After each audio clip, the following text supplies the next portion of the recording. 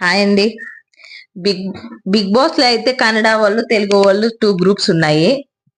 ఓకేనా?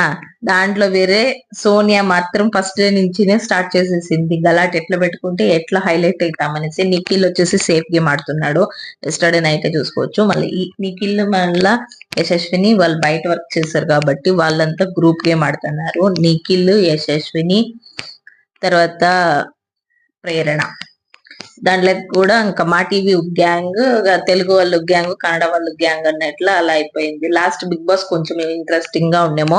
ఇది చూస్తే అప్పుడే వచ్చిన రాకని ఇంకా సూట్ కేసు కూడా సర్దుకున్నారో లేదో తెలియదు కానీ అప్పుడే స్టార్ట్ చేశారు ఫైటింగ్ గొడవలు అన్ని. అది ఏం ఇంట్రెస్టింగ్ గా అయితే లేదు. మణికంఠ అది ఒక సోది.